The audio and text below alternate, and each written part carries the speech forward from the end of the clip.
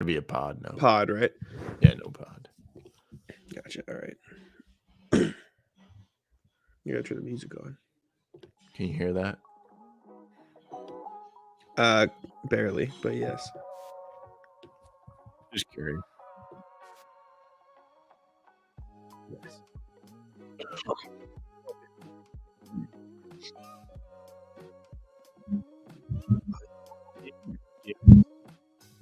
What did you say? We already have somebody in here. Lucky us. Early Early. entry. We're early today. We are. This is a much earlier stream than we're used to.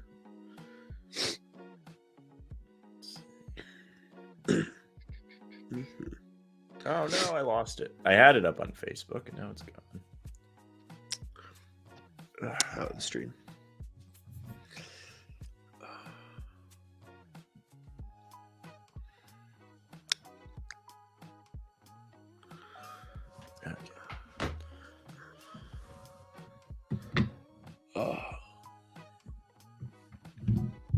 Almost not a great game last night. They tried real hard. Still not a great game. Yeah. Still not great. I'm sorry, I least they shouldn't have to won. pay attention. No, they won. Fine. In a year, it won't matter. But it really would have been great for that game to be nothing and to be a blowout. Instead, you're at the end and Tatum has to hit a fall away on the baseline. It's ridiculous. They tried real hard to blow it. They tried their best. They did. But It's remarkable. They all of a sudden decide they want to start milking clock every single game with 5 minutes that's to ridiculous. go. It's the dumbest thing. I don't like. It doesn't make any sense. Well, The they used to offense do it just- last year they're too. Yeah, it's been a constant thing, and it doesn't make sense. It's because like, not only are they milking clock, but they also stop playing offense. They just start like taking ISO shots and like saying, "Okay, we're winning anyways. We'll just make a couple of these and we'll be fine." And then they just make life infinitely harder on themselves, and sometimes they lose. And so it's very frustrating. It doesn't make much sense the way the Celtics decide to play, but No, absolutely not. This it is what it is. What? Nothing. At least Malcolm Brogdon played well. I put that in the title. He looked good. Off I the know. bench as a scorer. I see some people saying like, I forget where I saw it, talking about how like I know Jimmy J's a big, play Malcolm Brogdon more. See some people saying start him over Derek White, start him over Marcus Smart. I just don't think that I don't think that's the way to use Malcolm Brogdon. Like obviously he was great in his bench role, but I think that's the key. Like in his bench role, right? Like I don't think you need another scorer in that starting lineup, and I don't think you need another heavy ball handler or whatever it is in the starting lineup. So like it doesn't make much sense to take out the two better defenders, the two better playmakers, the two better initiators or off-ball players out of the starting lineup for Malcolm Brogdon, who usually has the ball in his hands and looks to score. So I think it's good in the role he's in, and I think he's playing an adequate amount of minutes. I think he can make that impact. Maybe when Tatum and or Brown is struggling more, he can play Brogdon a bit more, but I think his role on the Celtics is fine. Well, it's great that he started putting the ball in the basket again, because for a while he wasn't doing that. Yes. And nobody was. None of the rotation guys were, and you kind of saw them start to find their footing a bit in the Dallas game, carried it over into the San Antonio game yesterday. And seeing Brogdon knock down 5 of 6 threes was really encouraging. He is in the top 10 in the league for three-point percentage, but he's struggled lately shooting the three ball. And for a team that's really struggled as a whole shooting, it's important to get guys going again. It makes things easier on Tatum and Brown if they want to go inside. Defenses can't completely key in on them like we've seen. Having Brogdon have a good game is great for the team, great for him and his confidence. And moving forward, hopefully he can build on it, because lately he really hasn't been that great. He's been struggling, missing layups, still missed a couple yesterday, but he's still driving, still working hard, and he looked confident shooting threes yesterday. So you really can't ask for much more from him there. I agree. Excuse me, I have to cough. Before the chat gets in here, I can get my Jaylen Brown talk out of the way so they don't yell at me. He was good making shots, but as someone put it in the Celtics blog chat, those were some of the worst passes I've ever seen made by an NBA player in my entire life against the Spurs. Bro, he was so awful with the ball in his hands against the Spurs. Like turnovers, bad passes, missed like when he touched the ball and it wasn't a shot, it was Spurs ball, effectively. It was so bad. I'll look up some examples, but like, tell me I'm not crazy here. That was horrendous. Like he was great. He was a great shot maker. Those mid-range shots were money, and it was huge for the Celtics. But oh my God, was he terrible with the ball in his hands? What else is new, right? I mean, oh man. Off the top of my head, I can't remember any specific examples. It just doesn't stick out to me. You can pull them up because... Don't worry, let's do it. Chat's not here yet. I can get my slander off. It's good you're safe. This. Yeah. Okay. Let's see here. Excuse me. All right, you see this? Yes. Let's take a look here. Not all of these are going to be the passes, but some of them will be. Wee! Yeah, that was an interesting one. I'm sorry. I know maybe Tatum was supposed to move, but like... I mean, Langford was there anyways, so had he moved, he would have had a steal. Mm-hmm. See another. Let's watch Jalen roll. Wee. That one I think might have been Grant's fault. Maybe Grant's fault, but like the common denominator. Was it though?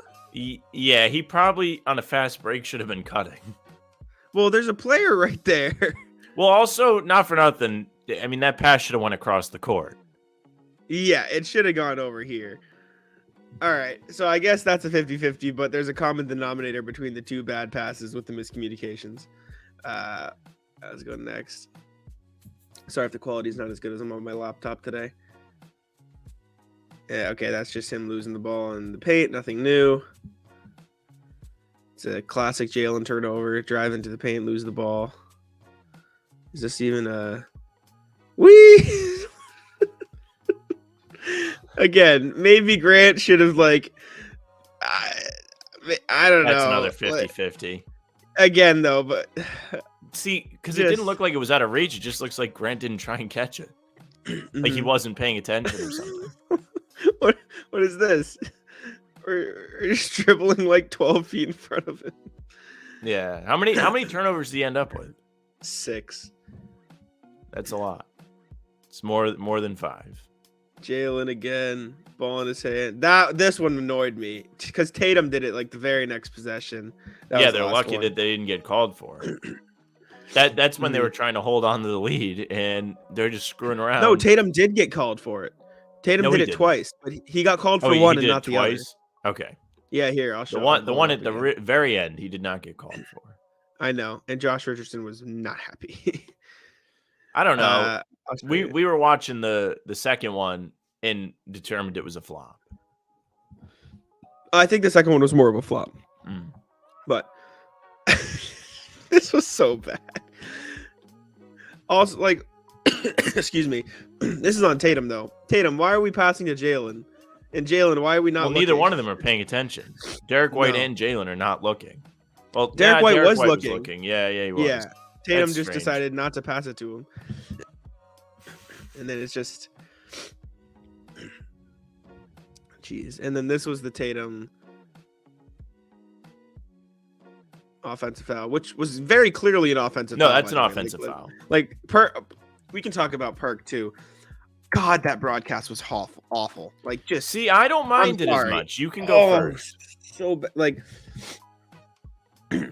as in the words of my girlfriend Zoe, whose birthday it is, by the way, happy birthday. It was like watching a game of basketball with diarrhea in the background. There was one point where Perk literally said verbatim, "Oh wait, I'm supposed to be talking right now." Yeah, I remember that actually. Seriously, and then.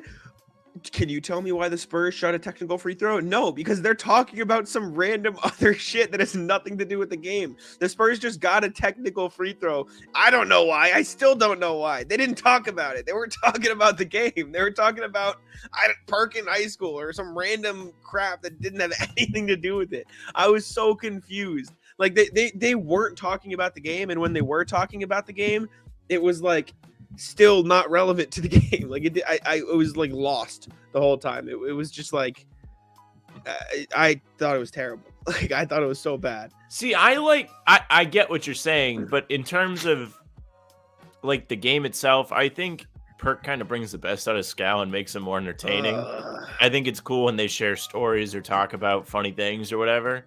Now, it's not great for like a broadcast. No, it's okay.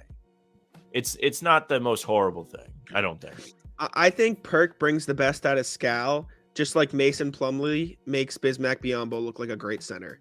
That's the analogy I'm going to give you. He makes Scal look like a great commentator. Like I don't know, let's use Ennis Freedom makes Tristan Thompson look like a serviceable big man, right? Like this is not like saying, okay, Perk is bringing out the best of him like Pau Gasol got the best out of Kobe. This is saying like, okay, we're gonna take Scal, who I'm already not a huge fan of, and we're gonna put somebody who's worse on the broadcast next to him to make him look good. That's how I interpret it. Hello, Evan. Thanks for tuning in. I can't stand it. I don't love Scal as it is. I think he's solid and he's a very nice guy. I mean, like as like he seems like a cool dude. But like as the color commentator, he's fine. As the play-by-play, come on, like give me a break. It's just I was not a fan. Hello, Lupe. I thought that was one of the worst Celtics broadcasts I've heard. I'll tell you what, I'd rather listen to that than Brian Anderson. Nope. Absolutely. Nope, not even close. I think you're on crack. That is horrible. We're asking a lot for the Wi-Fi to work right now. Mm-hmm. Well, Sam is frozen. That's okay. Hello, chat. How we doing? How did we enjoy the Spurs game? We're just talking. I made it. I'm back. Fantastic. Ooh, Evan, no, I don't agree with you. I don't know about this one. That's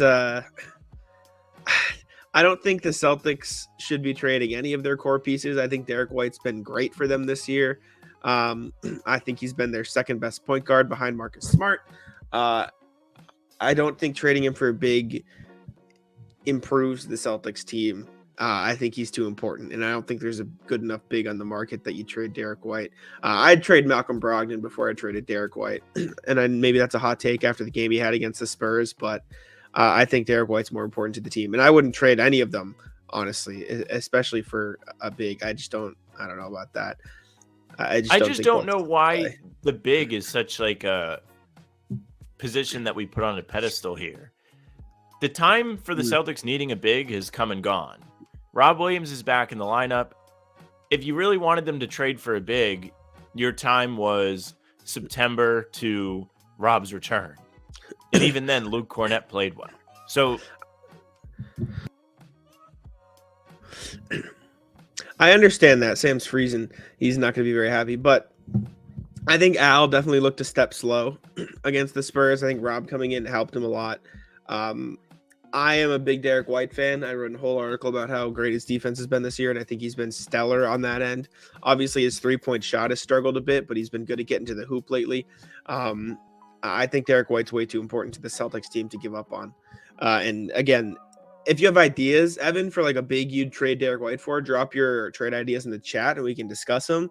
I just don't see a trade out there for Derek White that I would do it for. Like we always say, if you're gonna, not that you're like spewing trade nonsense or anything, but like if you're going to suggest a trade, you got to give us options so we can at least discuss the options. You know what I'm saying? I love this. I love when Jack's like, "You're gonna piss me off. You might as put in some effort." yeah. Give us the examples. If you're gonna say trade X person, you have to say what you. I don't know what the charm in a big man is right now. You have two that are really great. Well, while you were freezing, I was saying Al Horford did look a step slow against the Spurs. Like, he could tell he was a little bit older, and Rob came in and he finished the game. But still, even then, like, you're not going to find a big around the league, A, that's as good as Al Horford and as good of a fit as Al Horford, and B, that you would trade an integral part of your starting lineup for. So I agree with that. I think it's just dumb to, like, try and screw with what's going on. Like, if you want to add without subtracting, that's fine. So like Peyton Pritchard's a guy that's not seeing time, so when people talk about trading him, it's not as ridiculous because it would make sense to sell him for something that's worth bringing in. But, like, you can't rob Peter to pay Paul. All three guards have been playing really well for you this season. Marcus Smart's been good. White, Brogdon, all three of them have been real, pretty much consistent. They've all had their little valleys there. But yeah, what are you going to get in return that's that great? Nothing. Lupe's right. I mean, I wrote a whole article about it. He's been blocking a ton of shots lately. He had three blocks last night. Three. Had a block in the Dallas game on a Dinwiddie dunk. Had the block at the end of the Clippers game. You know, let's watch Derek White's blocks just because I'm enjoying he's been doing a great job. Derek White 3 blocks against the Spurs. Let's take a look here. I love Derek White. He's been one of my favorite players to watch in the Celtics this year. I think he's been their second best guard, or point guard, I should say. Jaylen Brown obviously is up there, but behind Marcus. Jaylen Brown. I don't know with you. Look at that. Well, people always, whenever I say like, oh, the Celtics have the best 3 guards in the league, they always say, what about Jaylen Brown? I'm like, well, I don't really count him. He's more of a wing, and it doesn't. I don't know. You know what I'm saying? Don't try to positioning and everything like that. Yeah. Look at this block though. This is Derek White special. Trailing from behind a little bit, boom, just stuffs him. Like people like underrate this. Like this isn't something every guard in the league is doing, right? Coming around a screen, staying behind him, boom, block from behind. Bro, like, and then I know the last one is Zach Collins. Again, put it back. I want to see Grant throw the ball out of bounds. I will 1 sec. Like people underestimate how impressive these blocks are. Like Derek White is so good at trailing the play and getting a block from behind. It's phenomenal. We can watch Grant Williams pass the ball out of bounds though. Wee! Was it tipped? No, it wasn't tipped. No, oh, shit, that was right through. Clean. He threw it behind him. Very tough. Very tough. But yeah, no, Derek White's been so good as a defender this year. It's I just don't know. I don't know if I'd trade him. I don't think that's smart. Lupe does say though that I do want a big. What big though? Like that's my thing. I don't know what big you would be. Who? Trading for. Like I know I mocked Bismack Biyombo in the show open, but he'd be maybe a decent third big. He's been solid in Phoenix. Dude, but Cornette's fine. I don't get what the obsession is with people with this. He's fine in the role he plays. He's fine. He's not hurting you. He's probably having the best season of his career in terms of being useful. Mm-hmm. He's super efficient. I think his numbers are still up towards 70% from the field. He's doing just about everything you could ask when he's out there. He's not seeing as many minutes right now because you're filtering Rob back into the lineup. And Horford's still getting plenty of time too, and they're putting Grant in there in the rotation, so you're not seeing as much Cornette. But when he was asked to be out there, he was fine. He wasn't hurting you. I don't get the obsession because he looks funny. His name's not what you want. I don't get it. If anything, I'd sign a wing over a big. Like I know Carmelo Anthony was thrown around as like half joking, but like I'd take Carmelo Anthony over a trade for a big if that makes sense. What about Kevin Jelly? Maybe now that Noah Vonleh's gone, maybe he gets more looked and maybe he gets brought up from the 2-way spot like Sam Hauser did last year. But I think it's telling that guys like Noah Vonleh and Luke Cornette are getting minutes over him. I'm not saying he's bad, but like clearly they don't trust him as much as they trusted other guys in the rotation. And like he's a solid big. He's just got a smaller frame, and I know Rob does too, but he's super athletic, but he just doesn't have the timing of Rob. From what I remember, he's not the best at, how do I phrase this? Not getting called for like off ball screens and like he's not the best screener. The small things. Yeah, the small things. He's just like, there's a reason he's a first round pick and now he's back on a 2-way contract. I'll put it that way, right? Like he didn't pan out with the Clippers and now he's fighting for a spot in the league. But I think Luke Cornette's the better center option for the Celtics right now. And even then, like, you don't necessarily need him. And I understand wanting another center that can maybe be like, if you were to say, okay, well, Cornette's not very switchable. Maybe you want a more athletic center to play in certain matchups instead of Rob. Like, I could understand that to some degree. But even then, it's just like, at that point, just play Grant at small ball center if you really want that versatility. So. People fall in love with these end of the bench centers. They love Taco. They love Kevin. Everyone's always the solution.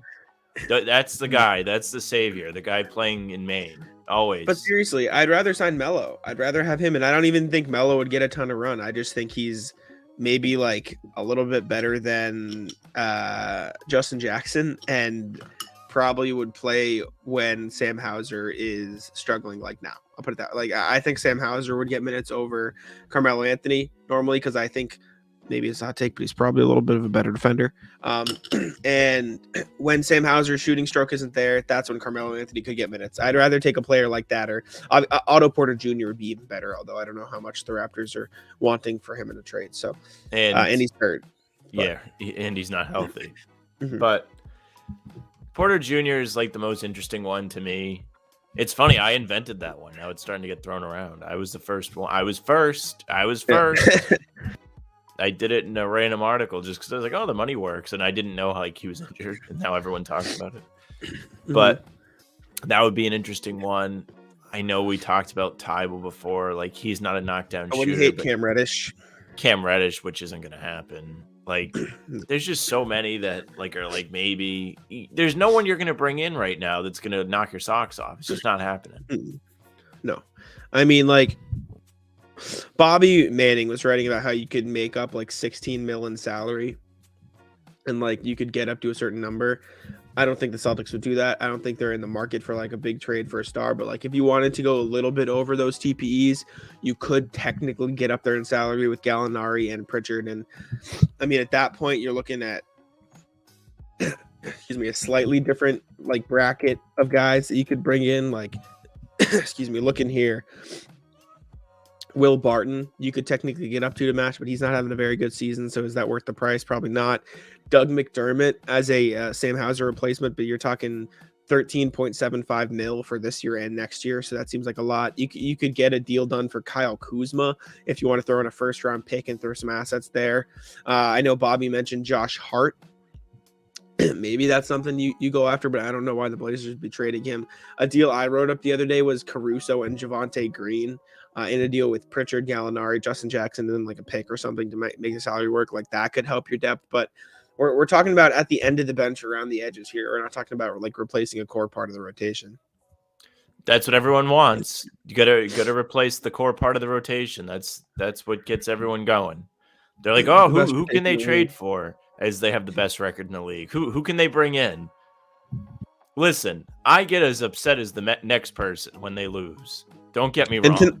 Even last night wasn't a good win. It was a bad win. I'm not thrilled about yesterday either. Especially you come home, you play Chicago, who's beat you twice. You have the Pelicans on Wednesday, Nets on Thursday. It's time to get going a little bit. It's time to get your feet back under you and start beating teams like you did against Dallas. Yep. But, I mean, a trade's not what's going to help that. It's what you have. You have one of the, if not the best rosters in the league. There's no need to screw with it with a trade. And there's really no need for them to play this poorly. It's on the players. It's not on Mazzulla, as much as everybody likes to say it is. It's not. These guys need to go out there and compete every night if you want them to be consistent. You're not going to see a team go out and be a juggernaut in the regular season and win every game. But you can expect them not to get blown out by 33 points to the Thunder, to not blow massive leads against a Spurs team in the fourth quarter and nearly lose. Without its three best players. Without their three best players, as is. I mean, there is so much for this team to tighten up internally. There's no need to bring in another player and screw with whatever chemistry they have. It doesn't look like they hate each other. They know how to play together.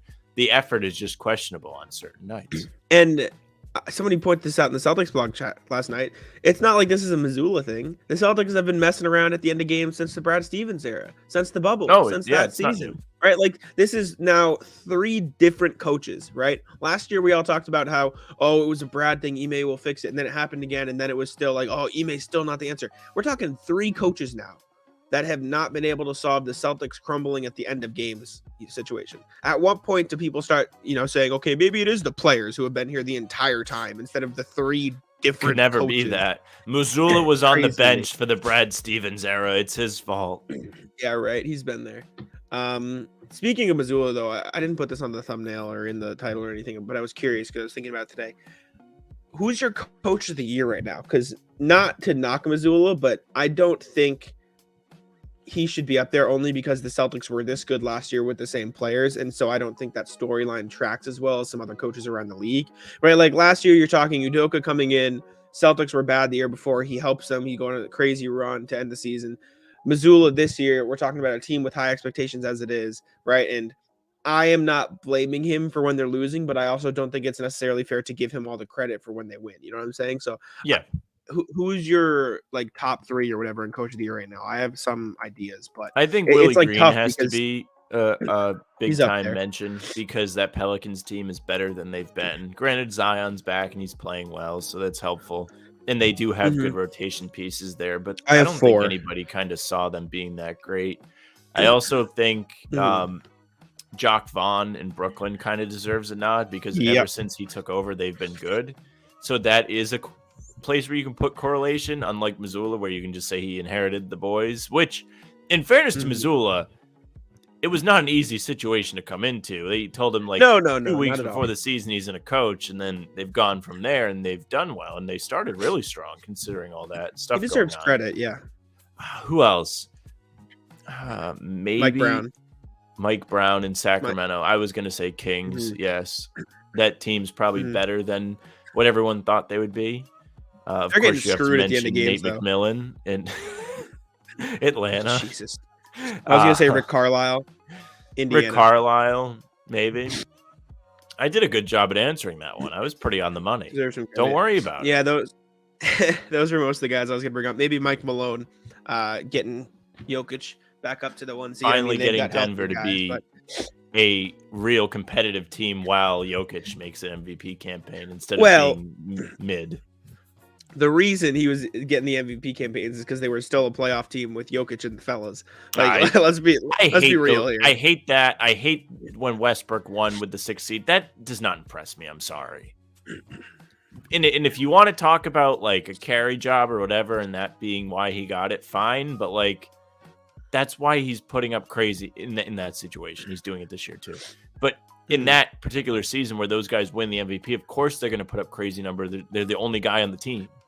Yeah, well, I think I understand it because he did that and helped them be a playoff team. Like, you could say the same thing about Shea, but they stink, right? Like, he's putting up crazy stats and they're playing really well, but the Thunder stink. Like, Jokic was doing it and helping his team win games. So I think that's where the I mean, it's more MVP, acceptable than Shea getting it. To your credit, yeah, and I think I'd honestly rather a player like it's tough for me to say, but like I almost think if you're defining it by most valuable player, like that makes a lot of sense. You know, a guy like Jokic leading the Nuggets to what were they, the 6 seed, the 5 seed or something, as like the by far best player on the roster. Like for example, we always say if you take Luka Doncic off the Mavericks, they're the Wembanyama king, right? Like they're terrible. They're absolutely atrocious.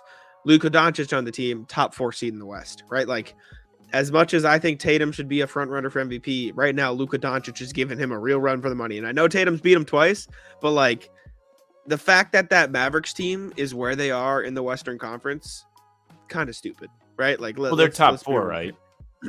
Yes. For me, top 4 is the cutoff. If you're not getting home court in the playoffs, it's not that impressive to me. It's not. Okay. I mean, I get the sentiment. I get the argument for Jokic or a player like Halliburton, who's really like taking a Pacers team that nobody thought would do anything. Halliburton's kind of dumb. Him and Mathurin, man. Yeah, that's but real like dumb. I don't know, like everybody makes the playoffs in the NBA now. Like with the play-in, you've got 10 teams playing postseason basketball. And listen, we're not saying play-in guys are MVPs. That's not what Jack's saying, but I don't know. It's like one whatever. was top 3 2 years ago. A play-in team player was top 3 in MVP voting 2 years ago. Curry? Yeah, and see, that should have been no. Yeah, I think that was dumb as well. Yeah, like I don't care. I don't care that you scored 30 plus a game. Like I don't care. It doesn't impress me. Yeah, no, I know what you're saying. What else? I had some other stuff to talk about, but I can't remember. Patriots play today, so who do they have today? Bills. Oh, the Patriots play. I thought you said the Pacers. Yeah, no, I actually wanted to talk about this. I'm so rooting against the Patriots today. And I'm not going to watch it, don't worry. But I'm so sick of people talking about, like, we're talking about the Patriots. And we are only doing it because I'm hating on them. Yeah. But like, I'm so sick of people talking about the Patriots. Like, they're not competitive. They're not a good team. The Celtics and the Bruins are rolling their respective leagues. Like, talk about them. I don't care about the Patriots. Brady doesn't play for them anymore. They're bad. Mac Jones is bad. The defense they have is good, but besides that, they're bad. We can talk about, since you want to talk about Celtics, we can talk about Robert Williams, who was absolutely phenomenal against the Spurs. And Jason Tatum, after the game, said, to condense it, I'm going to be starting, so I would like Rob to start. Yep. I agree. So, I'm not starting, but I would like Rob to start. That's how I feel. Yeah. I think Rob has been really great since he came back, other than the first 5 minutes he played against the Magic, his first run in months. He's been great. But after that, he's been really consistent. He had that big game against the Rockets. We've done the pregame streams, and we do the bets on those streams. And aside from yesterday, I've been picking the Rob Williams totals of over, like, last night. I always go rebounds. 15.5, and you go rebounds. Always hits. But he's been hitting. The one time he didn't hit was in that Mavericks game when he just didn't get asked to do a lot. 100%. He's been insane. The play he had where he blocked the shot and then took it down the other end for a layup was crazy. Not only because that was the crazy part. The shooter was at the 3-point line, and then he just blocks the shot from nearly being in the paint. And then takes it coast to coast. He didn't dunk it, but he scores 2 points. It's crazy stuff, and he's coming off your bench. Like, I don't know. I mean, it doesn't really matter who starts the game for me. It's important that he finishes, which he did yesterday. He did. But I think your best bet is to have him start, because it gives you more of a punch off the bench with a Derek White being able to create shots and go to the basket.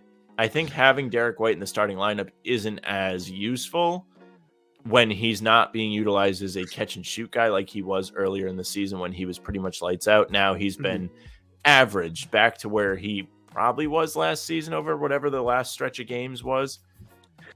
He's not being relied on to be a catch and shoot guy. And to his credit, he's been much better over the last week or two. Shooting. I was waiting for I was hoping Jimmy J would come in here and talk about how Smart is bad because Derek White played better when he was out. And I was going to say how and I was going to say how, well, they're better because they had more chances because Smart wasn't there. But that doesn't mean Smart's a worse player. That just means let's not act like the Spurs are playing a ton of defense. Also very true. Oh, he's here. Wow. The glass breaks. Fire. Jimmy J. Brogdon had a good night last night. That's so funny.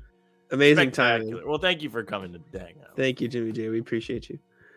Yeah, no, Brogdon was good. He was good as a scorer last night. I still think that's the role he's best in, playing like he did with the Pacers off the bench.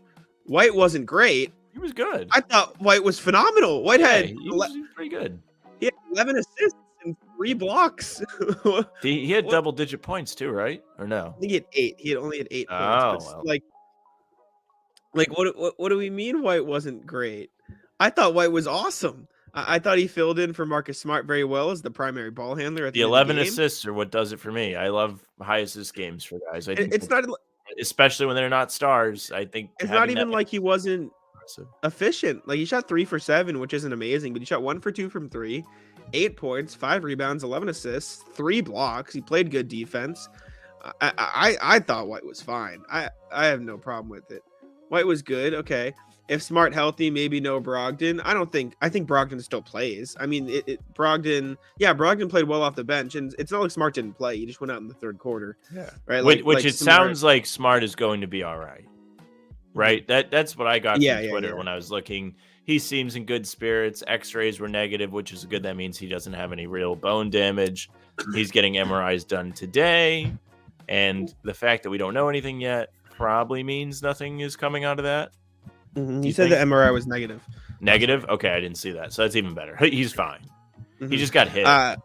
Jimmy J, we talked about this at the start of the show. I don't think playing Brogdon with the starters will be good. Like, I think playing him with one of the Jays is fine, but I think if you play Brogdon with both of the Jays, it kind of takes away from their scoring, because I think Brogdon, especially on this team, is probably used best as, like I said, I think you put him in the role he played with on the Pacers, but on the Celtics off the bench, playing offset with the Jays rather than alongside them, because I think he's a good facilitator. Obviously, 7 assists is great, but having him be one of the stars of the show on the bench unit, I think, is a better usage of his skill set rather than playing him alongside both the Jays, because I think Derek White is the best, Smart's obviously the best defender, but he's the most versatile guard they have in terms of defense, playmaking, shooting, even though it's been down, and getting to the hoop. I think Smart is the best defensive guard you have and the best playmaking guard you have. And I think Brogdon is the best scoring guard you have. So having him scoring and also as a secondary playmaker is probably the best lineup you have. I think I agree with the first half of this. I think you should start Rob, but I don't think you should start Malcolm Brogdon. I've been in on Rob for a while, starting him, and so have you. I think that's a waste of Malcolm's overall skill set to start him, because then I just don't think it fits it's not as best as you could utilize him. I have to echo that. I mean, Brogdon isn't going to give you the best from Brogdon if he's having to take the back seat to Tatum and Brown. Yeah. It's just not why you have him here. Now, he can be a good player, and you saw him put up 7 assists yesterday. In his career in the past, he's averaged about 6. He's still somebody that is a valuable player to have. You want him to be the scorer. Like you said, Jack, that's his strength. All 3 of these Celtics guards have different strengths. His is scoring, creating shots for himself, getting to the basket. That's the kind of punch you need when Jason Tatum goes to the bench. Mm-hmm. And that's when he needs to be at his best, especially in like a playoff game, because you're going to have moments where your offense goes stale. That's what he needs to be able to give you. It's not about being the starting point guard, because he doesn't really fit in that role as much as he could. Yes, I agree. Jimmy J talking about the video we dropped today. We dropped a video from our last podcast with the thumbnail being Grant Williams is a $20 million player, which, as Jimmy J is saying, even if the Celtics don't value him, the NBA will. Somebody's going to pay Grant $20 million. I'm telling you now. That's my prediction for the summer. Yeah, it wouldn't surprise me. You've got all these teams out there, right? The Knicks, they've got money. The Pacers will have money this summer, who have had a good season this year, and they might look to spend. That's a guy that they could take from you to stand in the corner while Halliburton dimes people up. Wouldn't shock me. And the Celtics made a big mistake by not paying him before the season, because he's played, for the most part, really well. He's had cold stretches here and there, as has everybody.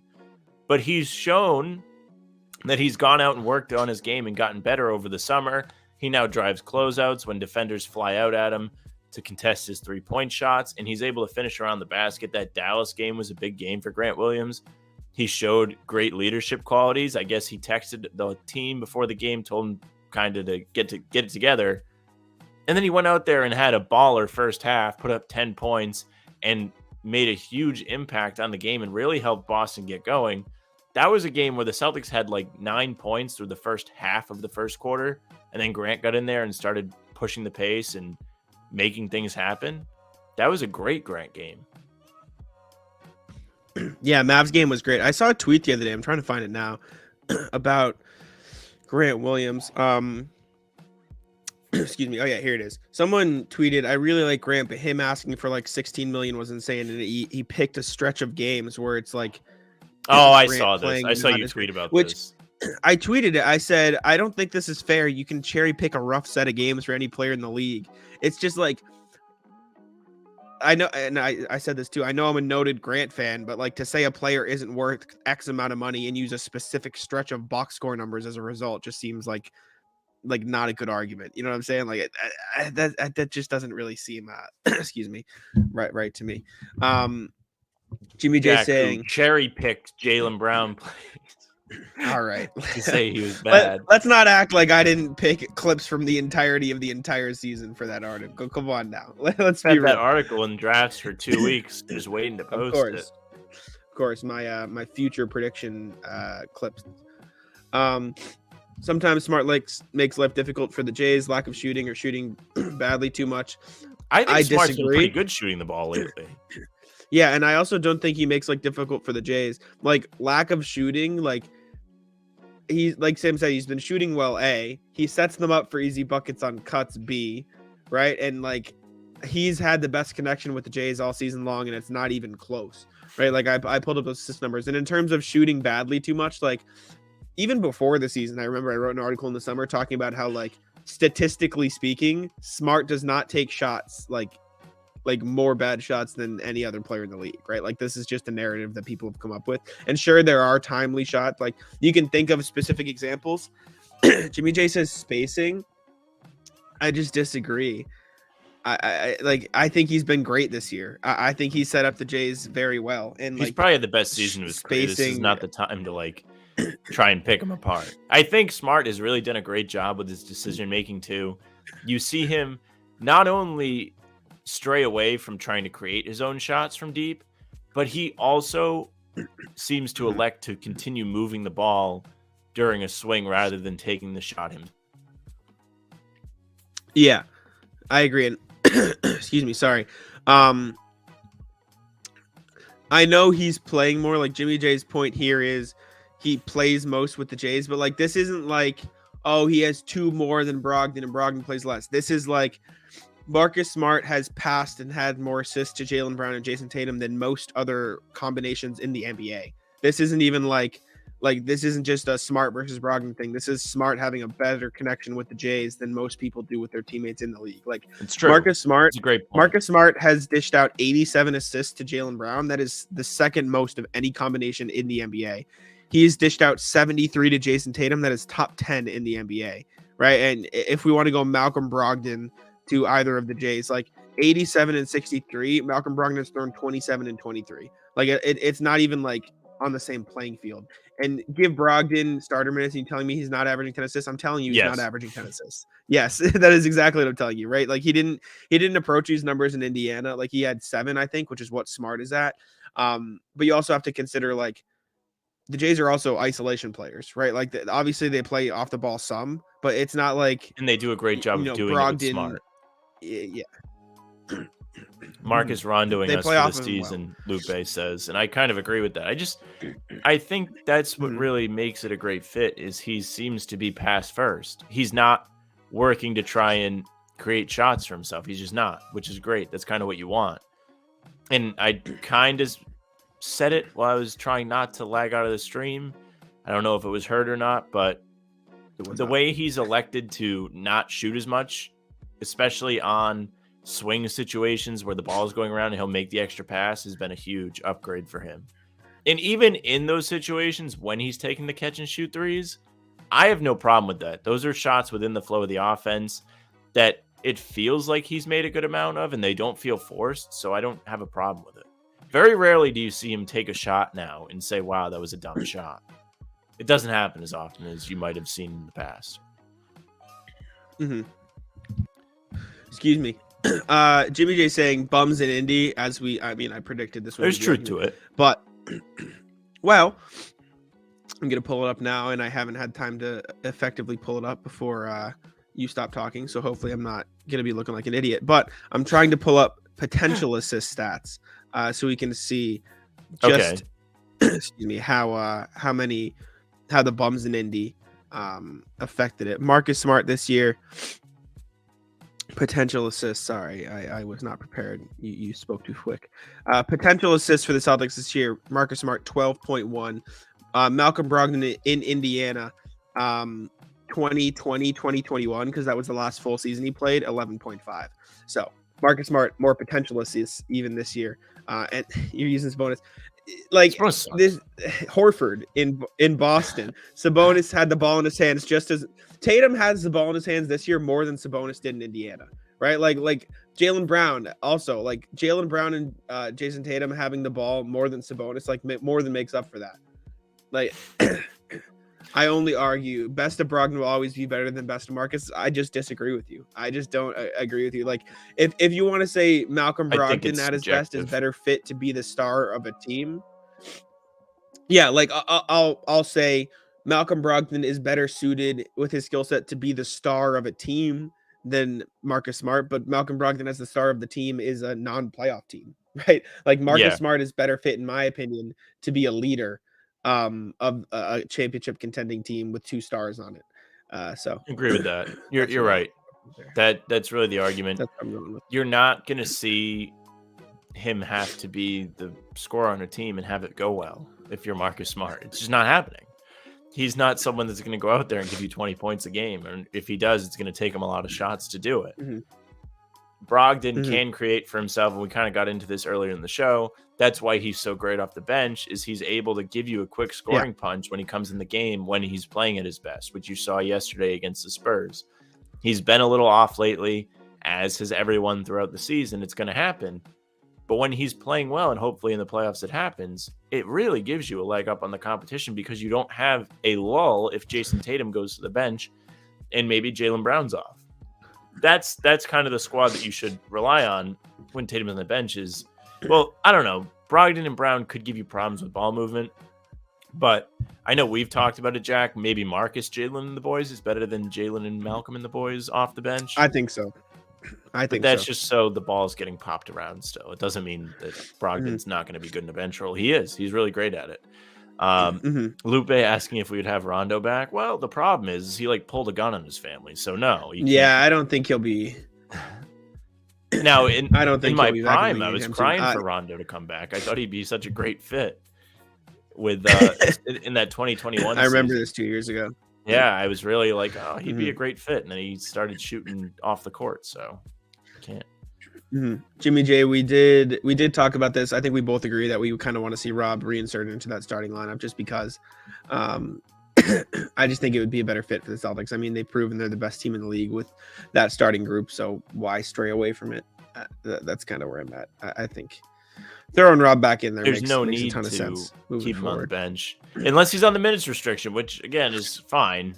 But I think when the playoffs come around and before the playoffs, you do have to give him a run in the starting lineup so he's up to speed for the playoffs.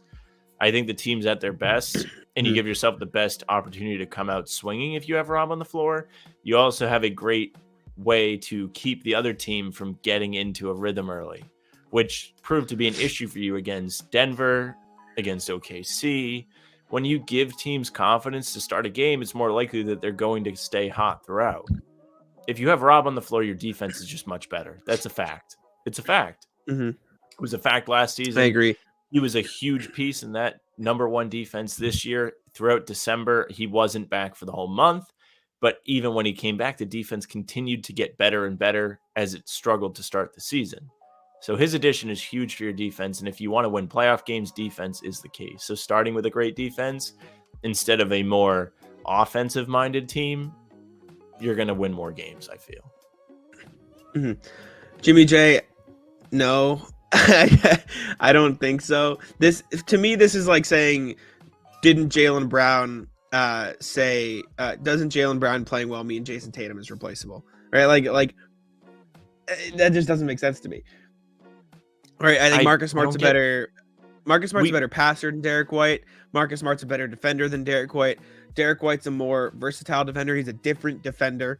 Versatile is not the right word, but he's a different defender. I think he's a better shot blocker than Marcus Smart. I think he's proven that. I think he's a better three-point shooter than Marcus Smart. I think they're both equally as good getting into the paint. I think Smart's a better post player. I think Derek White's better driving. Not saying Jaylen necessary. That's not an argument. You're just disagreeing and saying different words. My point is, I think saying that Derek White proves Smart is replaceable is like Marcus role player. So is Derek They're all White. Role players. So is Malcolm Except Brogdon. for Tatum and Brown, they're all role players. Yep, absolutely. They're all you need role players. Like that. If you say, I just don't understand the argument. Like it doesn't make sense to me. We talked about it earlier, Jack. I don't understand the obsession with screwing with the team you have with the best record in the league. Have they been perfect? No. They've pissed me off plenty of times this week. Now, that doesn't mean I want them to blow up the guys they have and try and bring in new pieces. It's not 2K.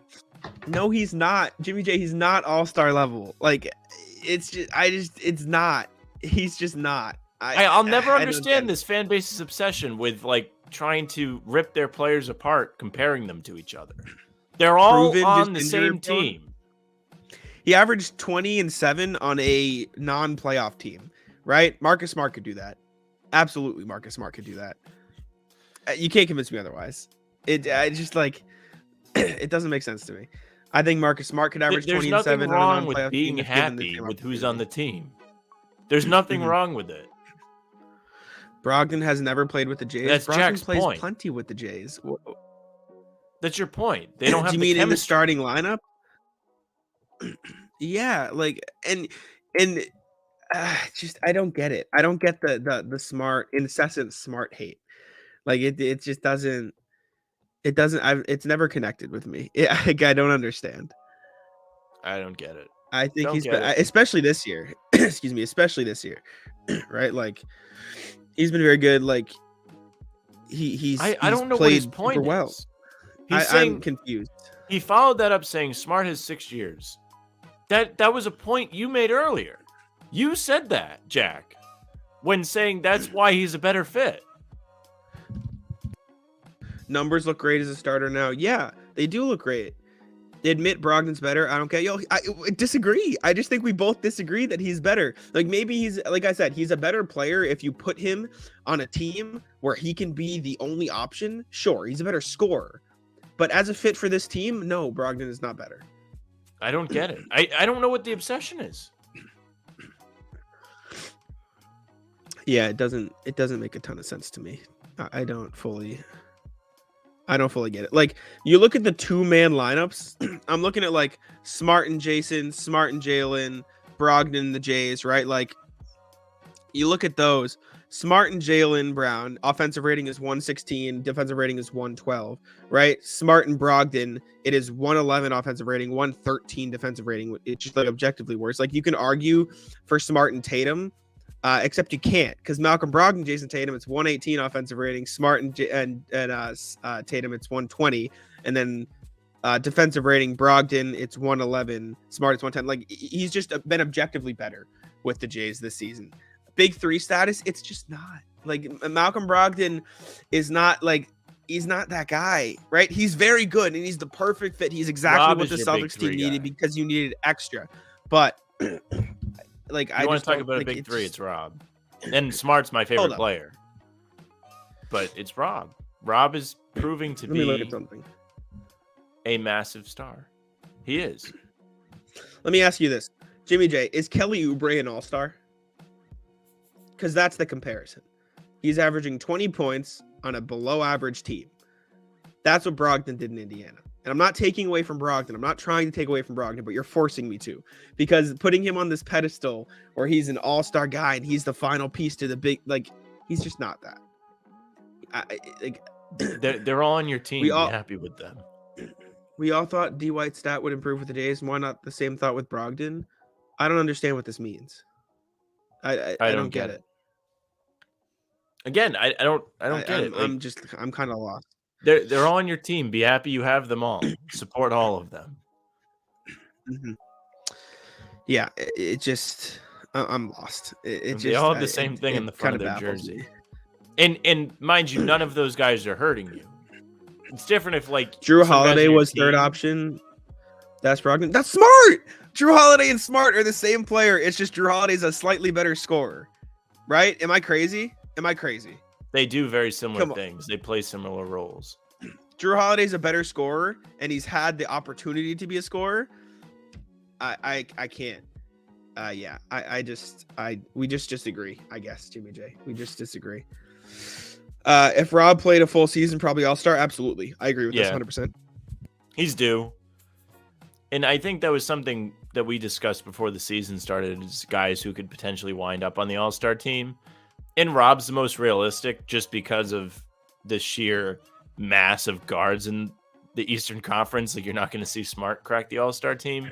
And the same can be said for the center spot, but the opposite. Like, there's not that many, like, knock your socks off centers in the league, never mind in the conference. Like, it goes Embiid, then Bam, probably then Rob. Mm-hmm. Now, Claxton and Jared Allen have also been really solid lately, but Rob is probably better than those last two, especially when they're using him at his full capacity without a minutes restriction in the starting lineup. Mm-hmm. Sorry, I'm not over this Brogdon thing yet. So I'm going to read you 2 sets of stats, Sam, and I want you to decipher. Okay. 21 points, 5 rebounds, 6 assists, right? Versus 20.5 points, 4 rebounds, 4.5 assists. Both teams are roughly the 10 seed, average, like below 500. 9-10 seed didn't finish. That is Malcolm Brogdon and Jordan Clarkson on the Utah Jazz this year. Like let's not act like Malcolm Brogdon. Like Malcolm Brogdon put up 25-5 on a non-playoff team. Plenty of Also, players can not do for that. nothing, Brogdon hasn't been a great defender this season. He has been in the Jimmy past. J, we're also not going to act like 40% is the standard. Like we're not going to act like this is average. Like 40% is an elite 3-point shooter. We're like this is not like. Do you mean from the field? This isn't something. I don't know. No, I maybe. think he means from the field. Like overall. I think he's saying he doesn't think Smart cracked 40% from the field in 3 straight seasons. I think that's what he's saying. Which I think might actually be true. That is true. Well, his first 4 years of his career, he didn't shoot above 40% from the field, but he shot 40% in 3 of the last 5 years. I also think it's worth noting that Smart was not given the same opportunity as Brogdon ever until last year, right? Like he was not allowed to be the point guard of the Celtics for the entirety of his career, which put him in a role that he's clearly not comfortable in. So I think that's also you got to give him some credit there. Like Brogdon was thrown into a situation in Indiana where he was allowed to do whatever he wanted, and Smart never really had that opportunity. I just don't get it. Like I said, I just objectively disagree. I don't know about you, Sam. This is the only place I hear like this discussed. Like I don't know why people care about this. Yeah, I don't really get it. People do. They obviously do. That's why we talk about it. But I don't know why. Like Brogdon didn't have teammates like Smart. Yes.